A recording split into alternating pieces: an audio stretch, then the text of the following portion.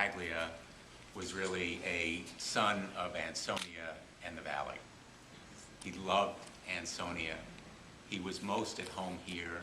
When he served in World War II, he sought out other troops from Ansonia and the Valley. He saw a lot of change here in his 99 years. When he was born as a young boy, the mode of transportation was horse and buggy. His family rode in the first Model A Ford to be used in Ansonia. He sold groceries and fruits out of the back of a wagon and later ran his family's grocery store.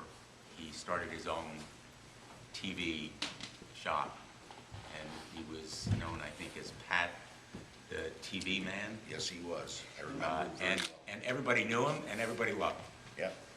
Yeah. He was a legend. But he was, in fact, a national hero, not just a Valley hero, and not just a Connecticut hero. He was really what is best about America, a member of the greatest generation who was devotedly and unstintingly an American, son of immigrants. He was as patriotic as the American flag. And so when he was drafted, he served in World War II, and he deserved certain medals that he never received. I'm often asked about the World War II generation and the members of that generation who didn't receive their medals. Why not? And the simple answer is they didn't fight for the medals. They didn't really much care about the medals. They came home, and like Pat, they then devoted their lives to community and church and family and went about their lives to give back, to continue to contribute to the greatest, strongest nation in the history of the world. They didn't fight in World War II for the medals, and so they didn't particularly bother to seek them when they came home.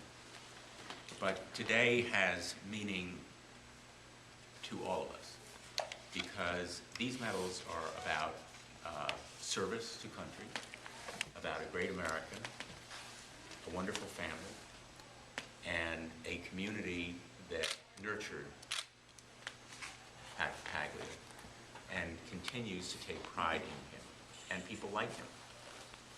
Maybe not all members of the greatest generation, but men and women who serve in uniform, who serve as police and firefighters and first responders, who serve as teachers and others in the community.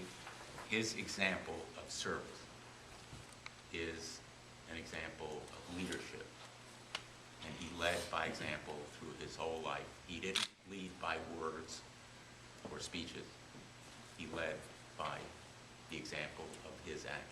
So I am very, very proud to present these medals to you.